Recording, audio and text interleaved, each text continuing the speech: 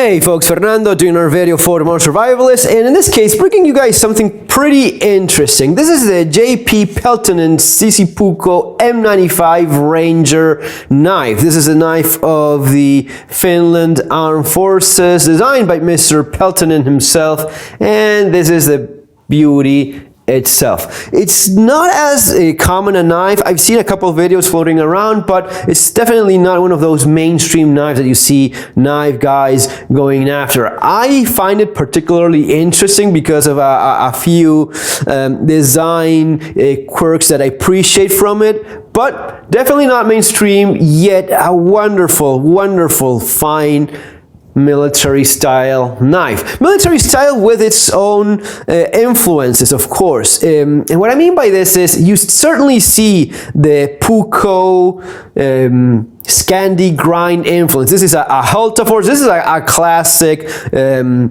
Scandi grind knife. This is the kind of knife you find in hardware stores in these countries, and going for $3-4. I actually have like 5 of these floating around. This is the one I guess I use most frequently, but these are cheap, but they're practical, and the Puko style blade has been around forever along with this Scandi grind. What is a Scandi grind? Well, basically that flat grind that you get here, which at the end of the day most people end up giving like a secondary bevel so as to simplify the sharpening process. Traditionally with a Scandi grind you would have like you would sharpen it flat against the stone with a bevel, but that means you have to remove more metal each time you're sharpening it. Giving it a little bit of a micro bevel simplifies things, and the sharpening process goes a lot faster with a minimal loss of practical sharpness. At least that's my experience, and I guess from a lot of folks that I read online kind of share that thought.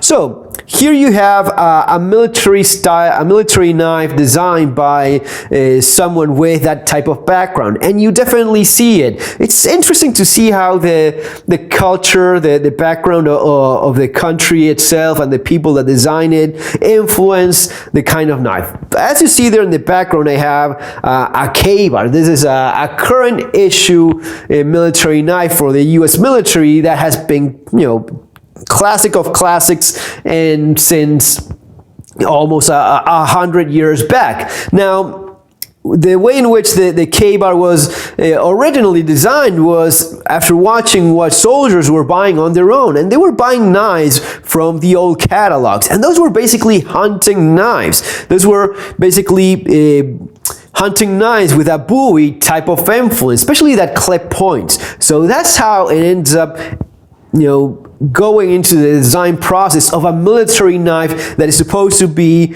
a fighting utility knife. Okay, so the fighting utility knife still has that influence. In the case of the M95, that influence is from the classic Puko knife, from the classic, the classic bushcrafty Mora knife. This would be the military version of that philosophy of blade shape. Okay, you still see some things that are done. For example, in a pure Puko, you would have a drop. You wouldn't have this drop point. It would be like a straight spine here, but you have the drop point here. You have even here in the Hultafors, you have a little bit of a clip, and that is done so as to make that tip a little bit stronger. If you had a perfectly straight spine and that tip met perfectly there, that would break very easily.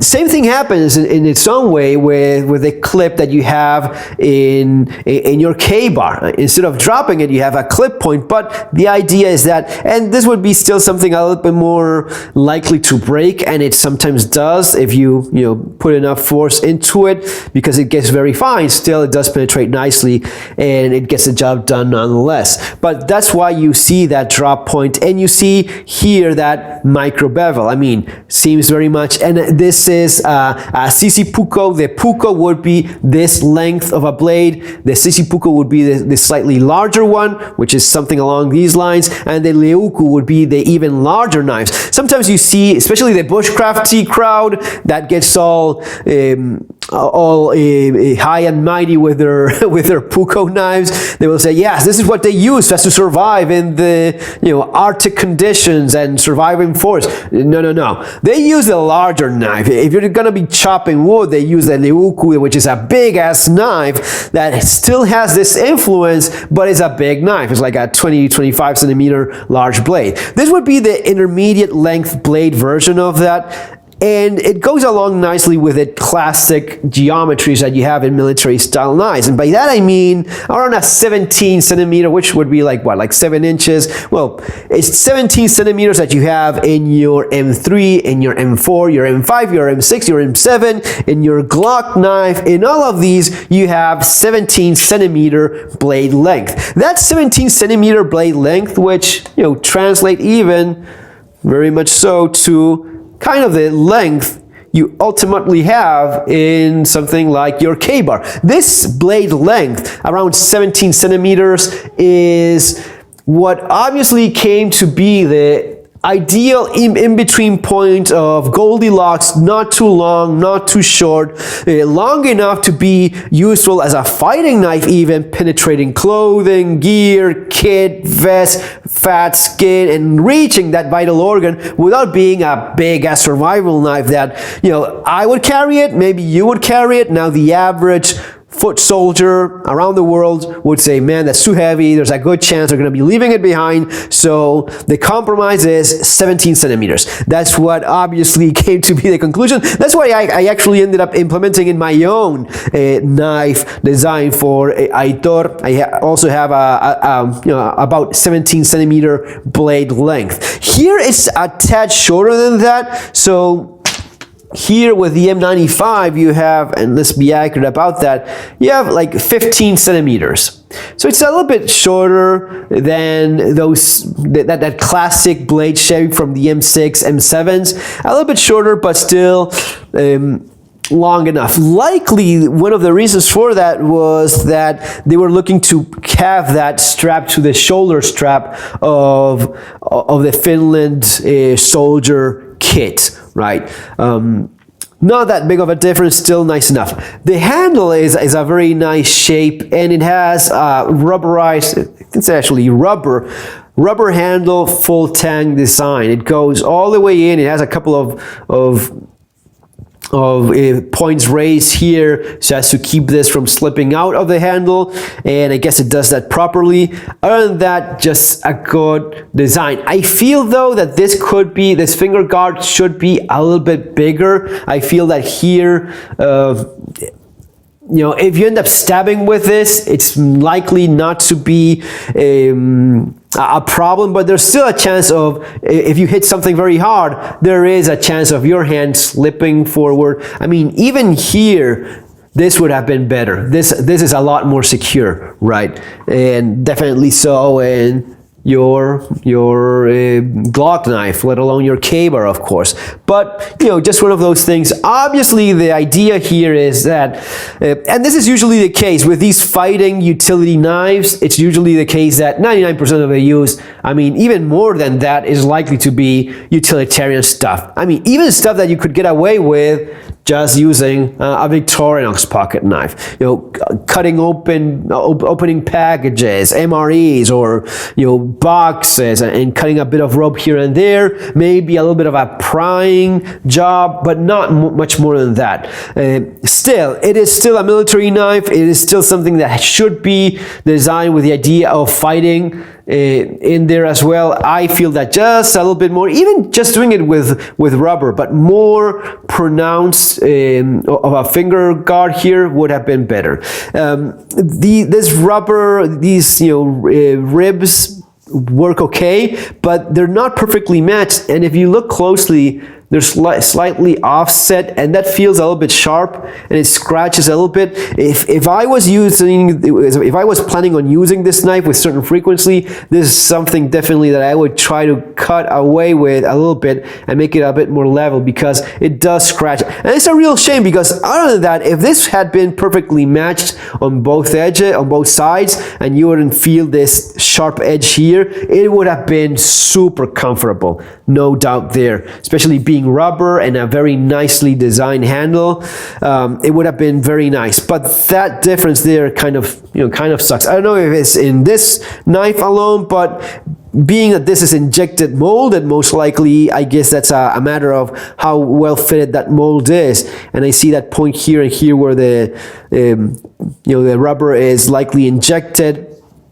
So yeah, it's maybe something that needs to be addressed eventually, but not a deal breaker either. Still a fantastic knife. 4.3 millimeter wide in terms of the blade stock, and this is 80 CRV2. About a like a 1080, 1095 kind of high carbon steel. Very tough steel, holds an edge, no doubt, and I bet the heat treatment is done properly.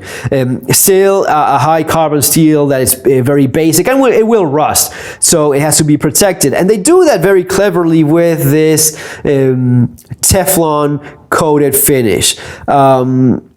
Is it very common? No, it's maybe not as common, and it's maybe a bit reflective now that I'm looking at it, which from a military point of view, maybe not as great of an idea. But this kind of Teflon finish, what it does is has almost no friction. Being Teflon, it just slides beautifully between whatever you're cutting, and that's a huge advantage, especially compared to some of the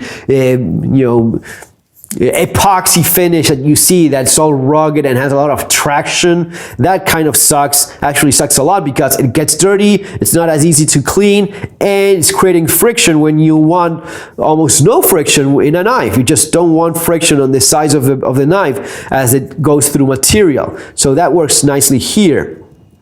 Right, but it's also a way in which you're protecting it from rust. Light knife, under 200 grams of weight, very nicely done there. Weight for a soldier is a thing. Some guys don't care all that much about weight, or a little bit more flexible depending on how much importance they give to a knife. Some people just want the lightest knife possible, and they will not shy away from carrying a Mora clipper if that just they feel it's all they need. In terms of the sheath, I think it's a pretty good alternative they went with. It's a nice design. So they have two options of sheaths, and I'll leave links for this knife in Amazon if I find it, which I'm not sure if it's available. If it's available, I'll leave the link for the knife in Amazon, and also the K-bar and Glock if I find it there and you want to purchase. That's from the affiliate program of Amazon. That's appreciated by us here in the channel, of course. So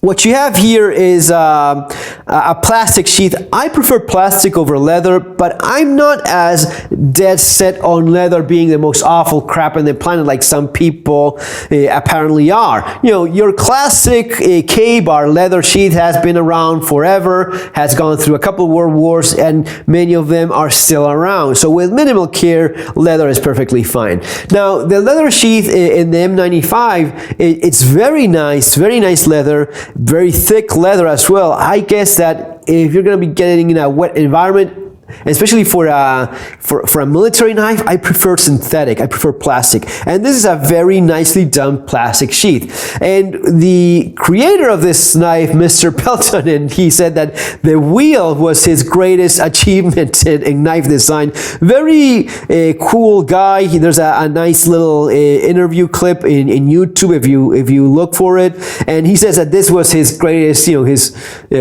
light bulb moments, which is a wheel for knife retention. So the blade just rotates in there and the knife stays in place. You want to get the knife out, you pull it backwards and the knife comes out like that. It is okay. It gets the job done. I don't know if it's all that much of a great idea. I mean, maybe with a bit of a shape that was more tightly fitted, you could even done something like, basically this. This is something that, sure, it's not going to be having the same retention as this, but there's a degree there where this is just a matter of friction, right? And at the same time, this is also a matter of friction as well.